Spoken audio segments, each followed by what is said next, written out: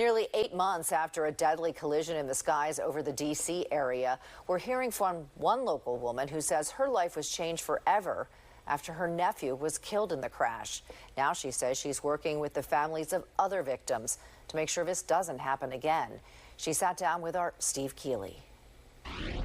It was an accident that was very preventable. It should never have happened. Rachelle Steene of Moorestown is just one of many survivors of all those killed in the January midair crash over Washington between the American Airlines plane and Army helicopter. My nephew, Anthony Perente, was 34 years old, and he was killed in the collision in D.C. He was getting married in July.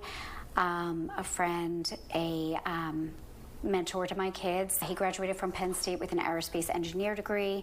He was working at Deloitte in D.C. and on his way home when the accident happened. The Steens are just one of many families who have been coming together as one big family, working to get answers and prevent it from happening again.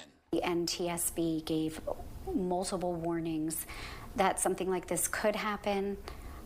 They were ignored. It finally did happen. We can't go back in time, but we do have a group of family members that have joined together. We have weekly meetings over Zoom, and we have begun advocacy efforts. So in the midst of the deepest grief you could imagine, these family members have been working round the clock to try to fight for safer skies. We are grouping together to kind of fight in our loved one's memory. That's what we're doing this for, so that no other family has to go through this. Rachelle says that while prior warnings of the potential for midair crashes were ignored, she and the other survivor families now will not be ignored.